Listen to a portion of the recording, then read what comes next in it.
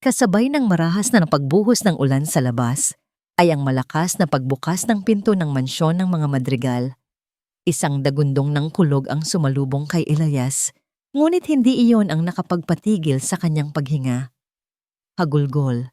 Iyon ang unang-unang tunog na narinig niya. Isang tunog na parang punyal na bumaon sa puso ng kahit sinong ama.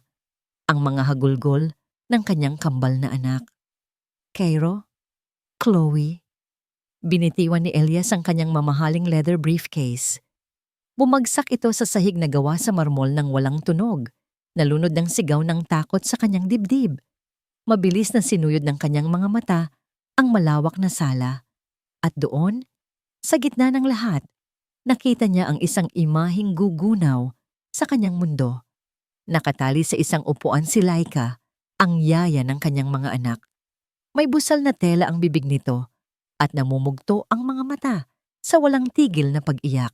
Sa paanan niya, magkayakap ang 5 taong gulang na sina Cairo at Chloe, humahagulgol habang nakakapit sa damit ng kanilang yaya na para bang siya ang nag-iisang ligtas na lugar sa buong mundo.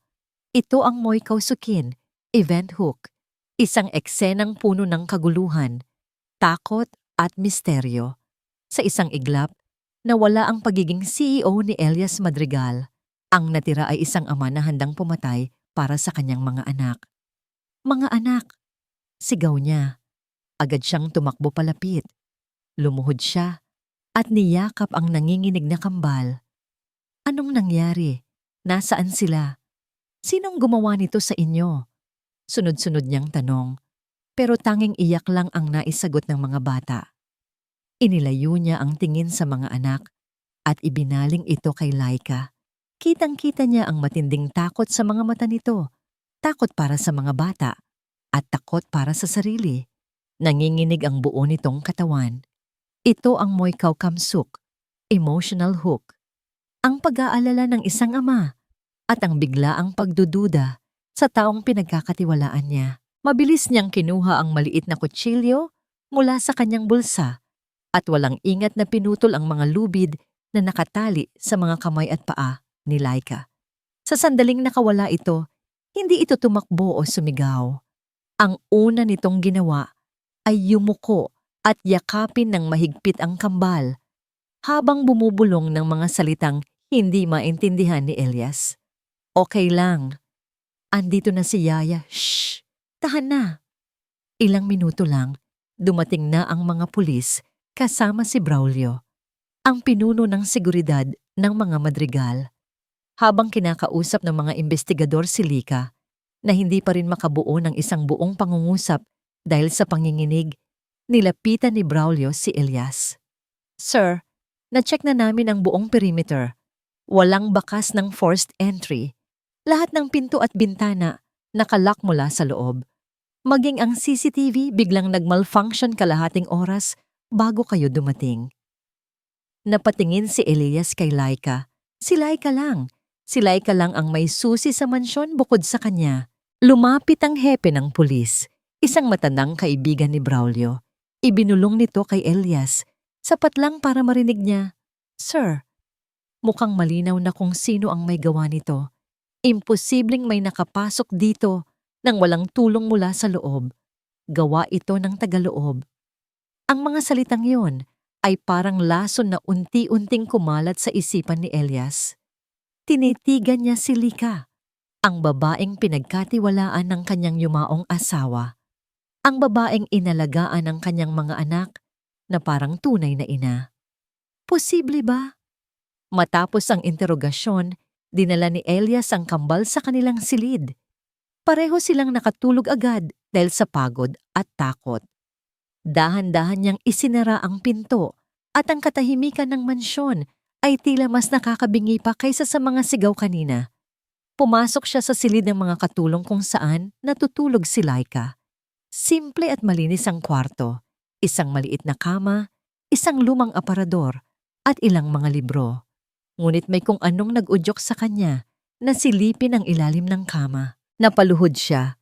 Sa ilalim ng kama, nakatago sa likod ng isang maliit na kahon ng sapatos, ay may isang makapal na bungkos ng pera. Libo-libong piso nakatali pa ng goma. Kasabay ng isa pang kidlat sa labas, nanlamig ang buong katawan ni Elias. Ang pagdududa ay naging isang malamig at matigas na katotohanan sa kanyang isipan. Hinawakan niya ang pera at sa mga sandaling iyon, ang imahe ng maamo at mapagkakatiwalaang si Laika ay nabura, napalitan ng imahe ng isang traidor. Nakaupo si Laika sa mamahaling sofa sa sala, ngunit ang pakiramdam niya ay para siyang nasa isang malamig at bakal na silya ng interogasyon.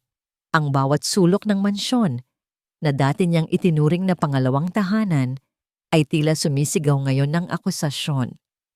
Nanginginig ang mga kamay niya na nakapatong sa kanyang kandungan. Uulitin ko, ma'am. Paano nakapasok ang mga salarin kung walang forcible entry? Tanong ng pulis sa kanya sa pangatlong beses. Ang boses nito ay walang pasensya. Hindi ko po alam.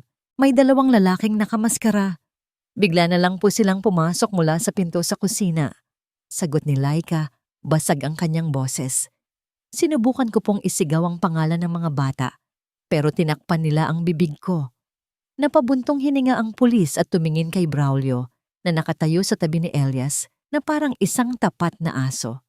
Ginoong Madrigal, sabi ni Braulio sa isang boses na puno ng pekeng pag-aalala. May ipapakita po ako sa inyo. Nakuha namin ito mula sa backup server ng CCTV. Naglakad si Braulio papalapit na may dalang laptop. Inilagay niya ito sa ibabaw ng center table at pinindot ang play. Nanlaki ang mga mata ni Laika sa kanyang nakita. Isang video. Isang video kung saan malinaw na nakikita ang isang babaeng kamukhang kamukha niya. Suot ang kanyang uniforme na dahan-dahang binubuksan ng pinto sa kusina. Isang lalaki ang pumasok at imbes na sumigaw, ay parang kaswal pa niya itong kinausap bago sila sabay na nawala sa anggulo ng kamera. Hindi ako yan, bulong ni Laika habang umaatras sa sofa. Hindi ako yan. Pero walang naniwala sa kanya. Ang lahat ng mga mata ay nakatutok sa screen at pagkatapos ay sa kanya na puno ng paghusga. Tumingin siya kay Elias, ang kanyang huling pag-asa. Ngunit ang mga matang dati may bahid ng pag-aalala ay ngayoy kasing lamig ng yelo. Isang blangkong pader na imposibleng basagin. Ang tiwalang minsan niyang naramdaman mula rito ay naglaho na parang bula. Sa sobrang desperasyon, bumaba si Lika mula sa sofa at lumuhod sa harap ni Elias. Niyakap niya ang mga binti nito. Ang kanyang mga luha ay tumutulo sa mamahaling pantalon ng amo.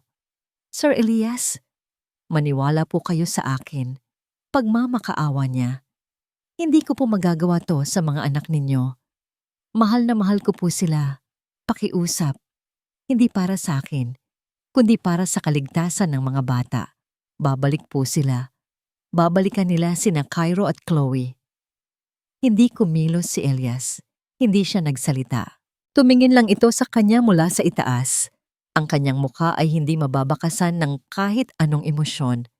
Biglang bumukas ang pinto ng sala at pumasok ang kambal. Tumatakbo. Yaya Laika! Yaya! Sigaw ni Chloe habang si Cairo ay umiiyak na sa likod niya. Sinubukan nilang tumakbo palapit kay Laika, ngunit mabilis silang hinarang ni Braulio. Mga bata, doon muna kayo sa kwarto. Sabi nito sa isang tonong may diin. Marahas nitong hinawakan ang braso ng dalawa. Aray Kuya Braulio? Reklamo ni Cairo. Nakita ni Lika ang lahat. Nakita niya ang takot sa mukha ng mga bata at ang pagiging magaspang ni Braulio. Huwag mong saktan ang mga bata. Sigaw niya, pero bago pa siya makatayo, nagsalita na si Elias. Ang boses niya ay kalmado, ngunit ang bawat salita ay parang isang hatol ng kamatayan. Dalhin niyo na siya. 2 pulis ang marahang humila kay Lika patayo. Naramdaman niya ang malamig na metal ng posas na pumulupot sa kanyang mga pulso. Hindi! Sir Elias, pakiusap. Ang huling imaheng nakita niya bago siya kinaladkad palabas ng mansyon ay ang umiiyak na mukha ni na Cairo at Chloe habang ang kanilang ama ay nakatalikod sa kanya, matigas na nakatingin sa bintana na para bang wala na siyang halaga sa mundo. Ang mansyon ay naging isang malawak na kulungan ng katahimikan. Dati, ang maririnig ni Elias pag-uwi niya ay ang masayang tawanan ng kanyang kambal, ang malumanay na boses ni Laika na nagbabasa ng kwento, o ang tunog ng kanilang maliliit na paa na naghahabulan sa pasilyo. Ngayon, tanging ang ugong ng aircon at ang malakas na pagtibok ng sarili niyang puso ang kanyang naririnig. Pumasok siya sa silid ng mga bata. Mahimbing na ang tulog ni na Cairo at Chloe, ngunit kahit sa pagtulog, bakas sa kanilang mga muka ang takot na pinagdaanan. Hinaplos ni Elias ang buhok ni Cairo. Bigla itong gumalaw at nagsalita habang na natutulog. "Yaya, masama yung mama." Isang pamilyar na kirot ang gumuhit sa dibdib ni Elias. Bago sila matulog kanina, paulit-ulit na itinanong ni Cairo kung nasaan si Laika. At sinabi nito ang isang bagay na bumabagabag sa isip ni Elias hanggang ngayon. "Daddy, si Yaya po. Hinarang niya ako noong sasaktan ako ng masamang mama. Sabi niya, 'Huwag, ako na lang.'" Napahinto si Elias. Isang kasabwat ba ang gagawa noon? Isang taong nagpaplano ng masama? Isasakripisyo ba ang sarili para protektahan ng isang bata? Hindi tugma. Mayroong mali. Bumalik siya sa kanyang opisina sa loob ng bahay. Ang laptop na iniwan ni Braulio ay naroon pa rin sa mesa. Muli niyang pinanood ang video. Paulit-ulit. Bawat anggulo. Bawat galaw. Ang babae sa video ay kamukha ni Lika. Ganoon din ang uniforme. Ganoon din ang buhok. Ngunit habang pinapanood niya ito sa 10 beses, may napansin siyang isang maliit na detalye. Relo? Ang babae sa video ay may suot na relo sa kanang kamay. Biglang bumalik sa alaala ni Elias ang mga umaga kung kailan niya nakikita si Laika na naghahanda ng almusal para sa kambal. Palagi itong may suot na isang simple, hinabing bracelet sa kaliwang kamay. Isang bracelet na hindi nito kailanman tinatanggal. Hindi niya ito nakitang nagsuot ng relo kailanman, lalo na hindi sa kanang kamay dahil kaliwete ito. Napapikit siya ng mariin. Paanong hindi niya napansin iyon kanina? Dahil ba sa galit? Dahil ba sa takot? O dahil mas madaling maniwala sa isang peking video kaysa tanggapin na may nakapasok sa kanyang teritoryo? Biglang tumunog ang kanyang cellphone. Isang unknown number. "Sino to?" Sagot niya. Magaspang ang boses. Isang tawang nakakakilabot ang narinig niya mula sa kabilang linya. "Madrigal, mukhang may problema ka sa bahay mo." "Silvio." Agad niyang nakilala ang boses ng kanyang mortal na kaaway sa negosyo. "Anong kailangan mo?" "Simple lang, Elias. Kung gusto mong matahimik ang pamilya mo, kung ayaw mo nang maulit ang nangyari kanina, alam mo na ang dapat mong gawin. Ibigay mo sa akin ang shares mo sa Madrigal Holdings." Bago pa makasagot si Elias, pinatay na ni Silvio ang tawag. Nabitawan ni Elias ang kanyang cellphone. Nagbagsakan ang mga piraso ng palaisipan sa kanyang isipan. Ang biglaang pag-atake. Ang perpektong timing. Ang ebidensyang masyadong malinis. At ang tawag ni Silvio. Ito ay isang setup. Isang masalimuot na bitag. At si Laika? Si Lika ang ginamit nilang pain. Isang nag-uumapaw na galit at pagsisisi ang bumalot sa kanya. Kinuha niya ang baso ng alak sa kanyang mesa at ibinato ito sa pader. Kumalat ang alak na pula na parang dugo, kasabay ng pagkabasag ng kristal. Napatingin siya sa kanyang mga nanginginig na kamay. Ano ang nagawa niya? Pinakulong niya ang kaisa-isang taong nagligtas sa kanyang pamilya. Mapakla ang lasa ng kaping nakahain sa harap ni Laika. Kasing pakla ng nararamdaman niya sa loob ng malamig na seldang yon. 2 araw na siyang narito, 2 araw na parang 2 taon. Ang bawat tunog ng bakal na humahampas sa bakal ay parang suntok sa kanyang dibdib. Isang paalala ng sitwasyong kinalalagyan niya. Di malanta, May bisita ka, sabi ng isang babaeng gwardiya. Tumibok ng mabilis ang puso ni Laika. Bisita? Sino? Mayroon pa bang nag-aalala sa kanya? Dinala siya sa isang maliit na kwarto na may makapal na salamin sa gitna. Pag-upo niya, halos manlambot ang kanyang mga tuhod nang makita kung sino ang pumasok sa kabilang panig. Si Sir Elias. Nakatayo ito roon. Suot ang isang mamahaling business suit, mukhang hindi nababagay sa miserableng lugar na yon. Ang kanyang mukha ay kasing tigas ng bato. Walang mababakas na kahit anong emosyon. Ito ang unang pagkakataon na nakita niya ulit ito matapos siyang ipahuli. Umupo si Elias sa tapat niya. Dinampot nito ang teleponong nag-uugnay sa kanila. Nanginginig na dinampot din ni Laika ang sa kanya. Kumusta ka? Tanong ni Elias. Ang boses nito ay formal, malayo, na parang kinakausap lang ang isang estranghero. Hindi nakasagot si Laika. Ano ang sasabihin ni inihin niya? Na durog siya. Nagabi-gabi niyang napapanaginipan ang umiiyak na mukha ni na Cairo at Chloe. Pumunta ako rito para mag-alok ng isang praktikal na solusyon, diretsong sabi ni Elias. Hindi pinansin ang kanyang pananahimik. Aaminin mo ang kasalanan. Makikipag-ugnayan ang abogado ko para sa isang plea bargain, mas maikling sentensya. Kapag nakalaya ka, bibigyan kita ng sapat na pera para makapagsimula ka ulit sa probinsya. Malayo rito, hindi ka na maghihirap. Nabitawan ni Laika ang telepono.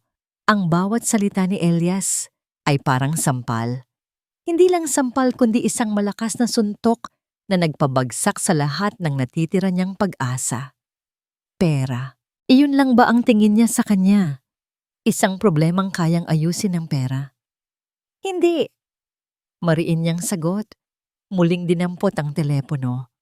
Ang panginginig sa kanyang boses ay napalitan ng isang tapang na ngayon niya lang naramdaman. Hindi ko gagawin yan.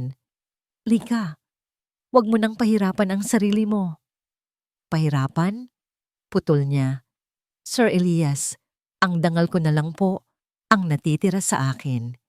Ang pagmamahal ko sa mga anak ninyo. Hindi po yan nabibili ng pera. Paano ninyo naisip na kaya kong ipagpalit ang katotohanan para sa pera? Sa unang pagkakataon, nakita niyang nagbago ang ekspresyon ni Elias. Isang bahagyang pagkunot ng noo. Tumayo si Laika. Puno ng galit at pait ang kanyang puso. Wala na po tayong dapat pag-usapan, sir. Kung tingin ninyo isa akong kriminal, hayaan na lang po nating korte ang humusga. Tumayo na rin si Elias para umalis. Ngunit bago ito tuluyang tumalikod, mabilis itong lumapit sa salamin. Sa isang iglap, habang nakatingin ang mga mata nito sa kanya, may nakita siyang kakaiba. Hindi galit, hindi pag-aakusa, kundi isang pagsusumamo, isang desperadong pakiusap. Nang bumalik na si Laika sa selda, umupo siya sa gilid ng kanyang kama at doon tuluyang bumuhos ang kanyang mga luha. Umiyak siya sa galit, sa sakit, sa kawalan ng pag-asa. Ngunit habang umiiyak, naramdaman niya ang isang bagay sa palad ng kanyang kamay na kanina pa niya kinuyom. Isang maliit at lukot na papel. Kailan ito napunta roon? Naalala niya ang mabilis na paglapit ni Elias sa salamin.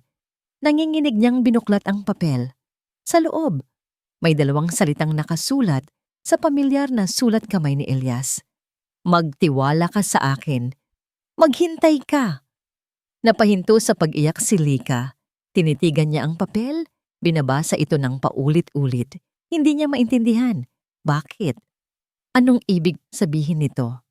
Samanantala, sa labas ng presinto, sumakay si Elias sa kanyang kotse. Kinuha niya ang kanyang cellphone at tinawagan ang kanyang bagong hire na private investigator. Simulan mo na ang pag-imbestiga kay Braulio. Bawat galaw niya, bawat taong kausap niya, walang palalampasin. Sa isang madilim na warehouse sa kabilang bahagi ng lungsod, sinagot ni Braulio ang isang tawag. Boss, sabi niya sa kausap. Kumagat na si Elias sa pain. Kakausapin niya raw ang katulong para umamin na. Siguradong sigurado siyang ang babae ang may kasalanan. Isang tawa ang narinig mula sa kabilang linya. Magaling, magaling anak. Naging teatro ng panlilinlang ang mansyon ng mga Madrigal. Sa loob ng 3 araw, gumanap si Elias sa pinakamahusay na pag-arte ng kanyang buhay. Ang dating matikas at kontroladong CEO ay naging isang anino ng kanyang sarili. Ang kanyang mamahaling suit ay napalitan ng gusot na damit bahay. Ang kanyang mesa, na dati puno ng mga dokumento ng kumpanya, ngayoy pinupuno ng mga halos walang lamang bote ng whiskey.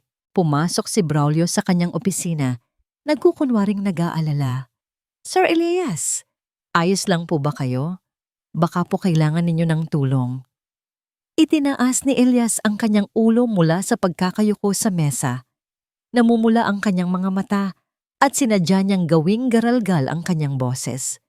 Umalis ka! Iwanan niyo akong lahat! Sigaw niya, sabay hagis ng isang paperweight sa pader.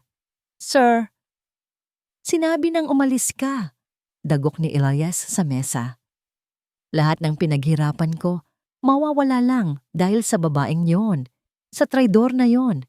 Siguro tama si Silvio. Dapat ko na lang ibenta ang shares ko para matapos na to.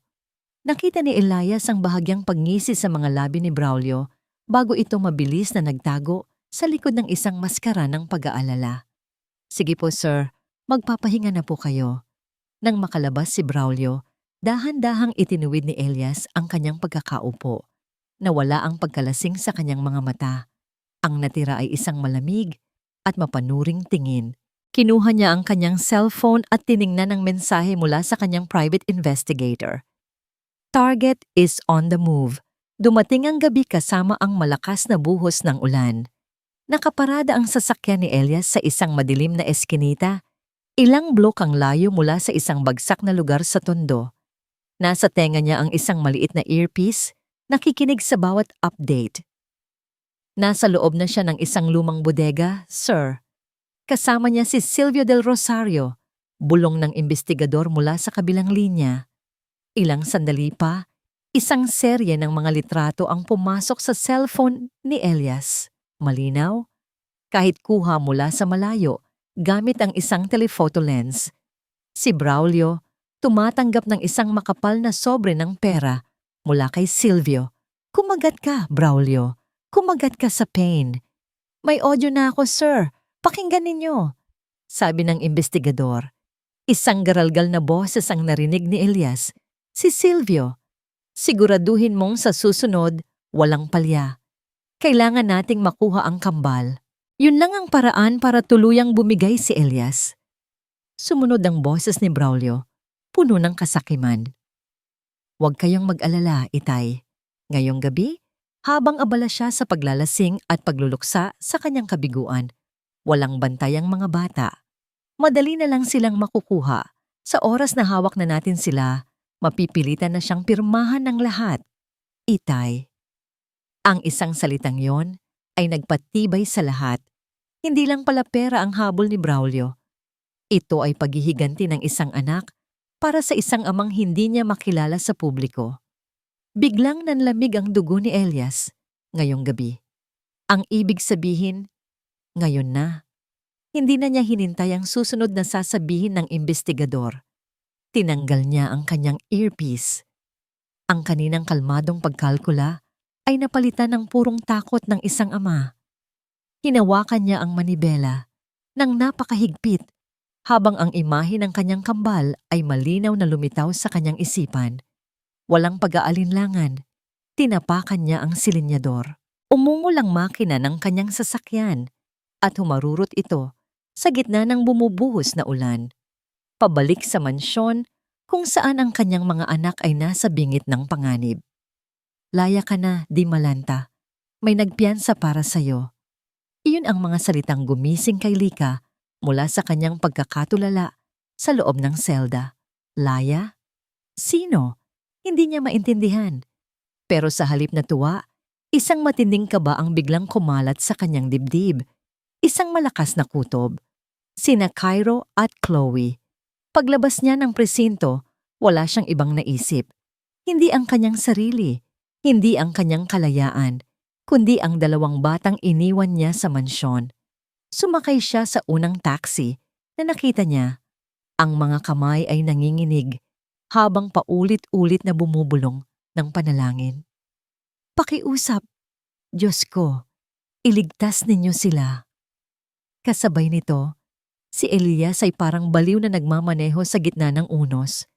Ang bawat patak ng ulan sa windshield ay parang isang segundong nawawala sa kanya. Ang mga salita ni Braulio at Silvio ay umuulit-ulit sa kanyang isipan. Ngayong gabi, walang bantayang mga bata.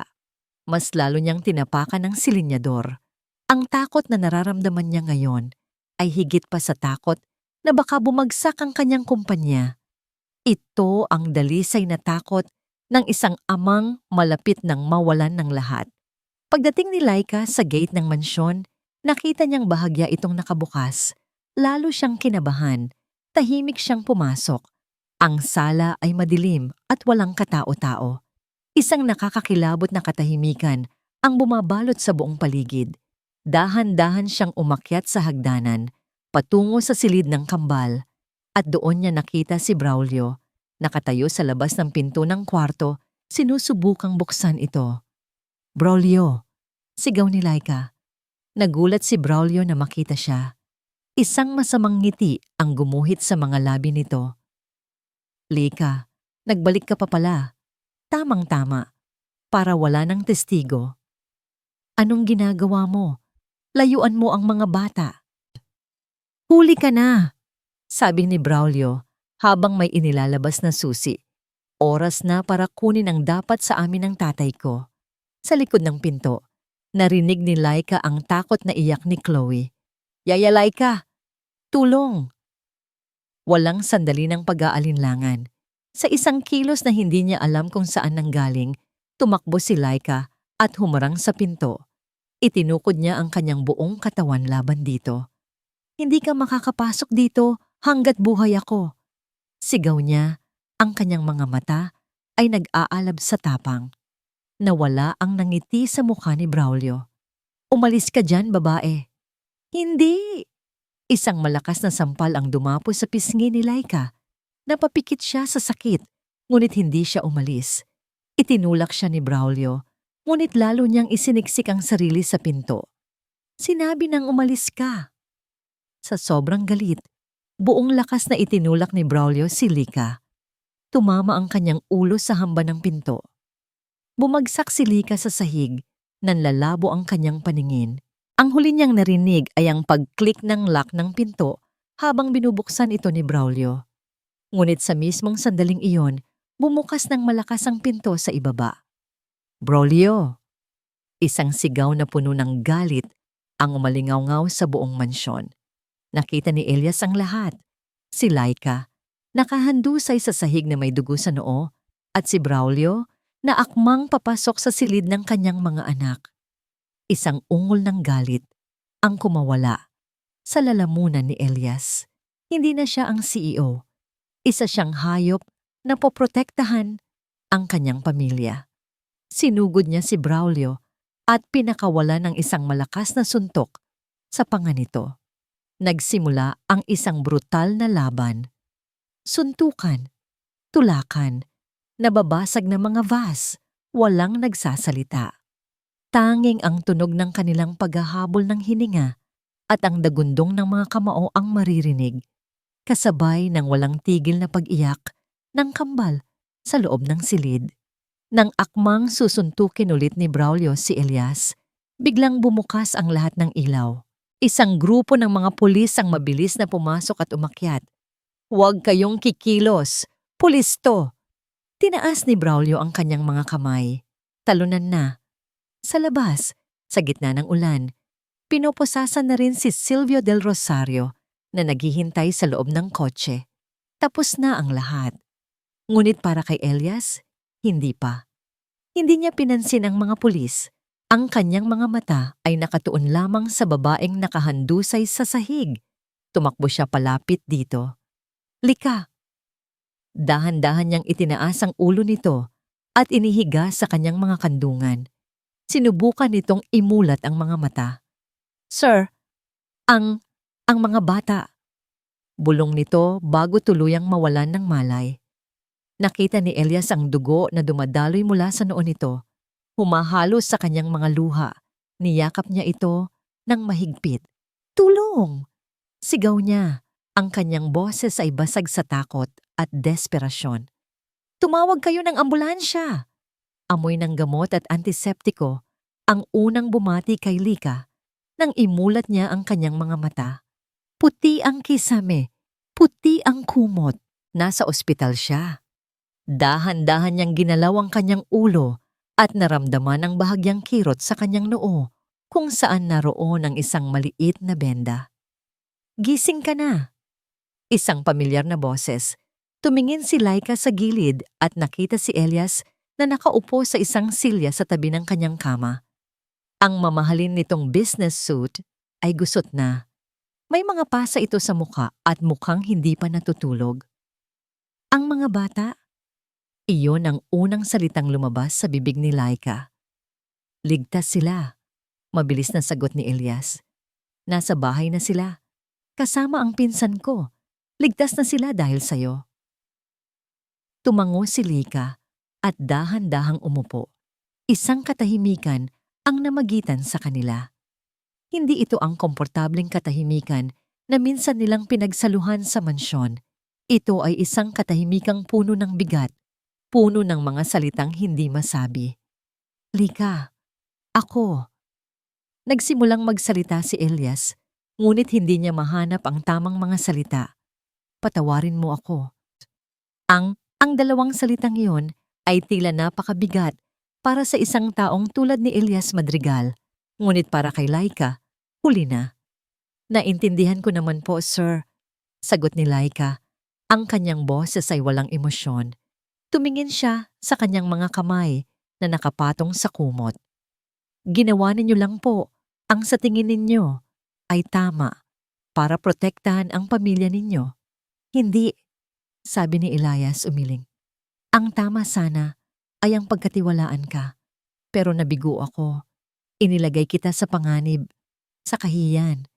Lumapit si Elias at sinubukang hawakan ang kamay ni Laika, ngunit mabilis niya itong binawi. Okay na po ang lahat, sir. Nahuli na ang may kasalanan. At masaya po akong ligtas sina Cairo at Chloe. Sabi niya, sa wakas ay tumingin sa mga mata ni Elias. Kaya po, sa oras na makalabas ako dito, aalis na po ako. Uuwi na ako sa probinsya. Parang isang suntok sa sikmura ni Elias ang kanyang narinig. Aalis? Bakit? Lika, kailangan ka ng mga bata. Kailangan ka. Ang kailangan po nila ay isang lugar na ligtas. Putol ni Laika. At sa nangyari po, hindi ko na po nararamdaman na ligtas ako sa mansyon ninyo. Hindi na po ako parte ng lugar na yon. Bumalik sa alaala niya ang lamig sa mga mata ni Elias nang ipahuli siya nito. Ang sakit ng akusasyon, ang kahihiyan habang kinakaladkad palabas ng bahay. Pero Lika, yung pagpapakulong ko sa'yo, yun ang paraan ko para ilayo ka kay Braulio, para isipin niyang nagtagumpay siya at maging kampante. Desperadong paliwanag ni Elias. Isang mapait na ngiti ang sumilay sa labi ni Laika. Pero hindi po yun ang naramdaman ko, sir. Ang naramdaman ko po ay iniwan ninyo ako. Na sa unang pagkakataon na kailangan ko ng tulong, tinalikuran ninyo ako. At ang pinakamasakit po sa lahat, huminga siya ng malalim, pinipigilan ang mga luhang nagbabadyang tumulo. Hindi po kayo naniwala sa akin. Walang naisagot si Elias. Dahil totoo ang lahat ng sinabi ni Lika. Totoong sa simula, hindi siya naniwala. Pagbalik ni Elias sa mansyon, sinalubong siya ng nag-aalalang mukha ng kambal. Daddy, where's Yaya Laika? Tanong ni Chloe. Umiiyak po ba si Yaya? Did you make her cry again, Daddy? Dagdag ni Cairo, may panunumbat sa boses. Ang mga tanong ng sarili niyang mga anak ay mas masakit pa kaysa sa mga suntok ni Braulio. Tumayo si Elias sa harap ng isang malaking salamin sa kanyang silid. Tinitigan niya ang kanyang refleksyon. Isang makapangyarihang lalaki na kayang kontrolin ang isang buong korporasyon, pero hindi kayang protektahan ang puso ng isang babaeng walang ibang ginawa kundi ang mahalin ang kanyang pamilya. Isang lalaking mayaman, makapangyarihan, pero ngayon ay nag-iisa. Kinabukasan, maagang idinescharge si Lika. Gaya ng kanyang sinabi, dumiretso siya sa bus terminal. Habang nakaupo sa loob ng bus at nakatingin sa labas ng bintana, isang luha ang tuluyang pumatak mula sa kanyang mga mata. Paalam, Cairo. Paalam, Chloe. Paalam, Sir Elias. Nagsimula ng umandar ang bus, dahan-dahang iniiwan ang magulong syudad. Ngunit ilang kilometro pa lang ang layo, isang itim at mamahaling kotse ang biglang humarang sa kanilang daan. Bumaba mula sa kotse si Elias Madrigal. Huminto ng malakas ang bus.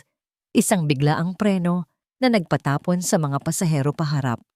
Kasabay nito, umugong ang bulungan at pagtataka sa loob. Ano yon? Bakit tayo tumigil? Tumingin si Laika sa bintana at ang paghinga niya ay tila nahinto sa kanyang lalamunan. Nakaharang sa gitna ng kalsada ang isang pamilyar na itim na kotse. At mula rito, bumaba ang lalaking dahilan ng kanyang pag-alis. Si Elias, walang pakialam sa mga busina ng ibang sasakyan. Walang pakialam sa walang tigil na patak ng ulan na agad bumasa sa kanyang mamahaling damit. Naglakad siya papalapit sa bus na may iisang determinasyon sa kanyang mga mata. Bumukas ang pinto ng bus. Sir, ano pong problema? Bawal po huminto dito. Sigaw ng konduktor. Hindi pinansin ni Elias ang konduktor. Ang kanyang mga mata ay nakatuon lamang sa isang tao sa loob. Kay Laika, bumaba ka Lika, pakiusap. Ang boses niya ay hindi nag-uutos. Ito ay nagmamakaawa. Nagsimulang magbulungan ang mga pasahero. Sino yan? Artista ba? Mukhang mayaman. Napatakip si Laika sa kanyang mukha. Nanginginig sa hiya at gulat. Umalis na po kayo, sir. Nakakahiya po. Bulong niya sa sarili. Ngunit hindi umalis si Elias. Sa halip umakyat siya sa unang baitang ng bus, basang-basa. Ang tubig ulan ay tumutulo mula sa kanyang buhok. Hindi ako aalis dito hanggat hindi ka bumababa. Sabi niya, sapat na para marinig ng lahat. Walang nagawa si Laika. Sa ilalim ng mapanuring tingin ng lahat ng pasahero, dahan-dahan siyang tumayo at bumaba ng bus. Sa gitna ng kalsada, sa ilalim ng buhos ng ulan, magkaharap silang dalawa. Ano pa po ang kailangan ninyo, sir? Tanong ni Laika. Pilit na pinatatag ang kanyang boses. Hindi sumagot si Elias. Sa halip, sa isang kilos na gumulat hindi lang kay Laika, kundi sa lahat ng nakakakita, dahan-dahan siyang lumuhod sa basang semento. Isang CEO, isang Madrigal, nakaluhod sa harap ng kanyang yaya. Hinawakan niya ang nanginginig na kamay ni Laika. Hindi ako humihingi ng tawad dahil yun ang dapat gawin. Sabi niya, ang kanyang boses ay basag. Humihingi ako ng tawad dahil sa unang pagkakataon sa buhay ko, natakot akong mawala ang isang bagay na mas mahalaga pa sa kumpanya. Mas mahalaga pa sa pangalan ko. Tumingala siya. Ang ulan at luha ay magkahalo sa kanyang mukha. Natakot akong mawala ka. Isang mainit na likido ang biglang kumalat sa dibdib ni Laika. Ang pader na itinayo niya sa paligid ng kanyang puso ay unti-unting gumuho. Laika, alam kong sinaktan kita. Alam kong binali ko ang tiwala mo. Pero hayaan mo akong bumawi. Hayaan mo akong patunayan sa iyo araw-araw na karapat-dapat ako sa tiwala mo, sa pagmamahal mo. Tumayo siya at hinawakan ang magkabilang pisngi ni Laika.